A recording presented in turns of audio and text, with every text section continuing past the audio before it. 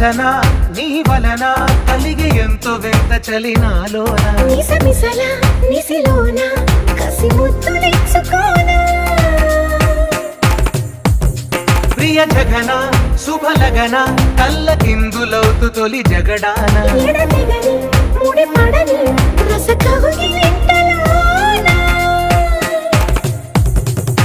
కనులనే వేయి కలలుగా చేసి కలిసిపోదాము కలకాలం వానలా వచ్చి వరదలా మారే వలపు నీలి మేఘం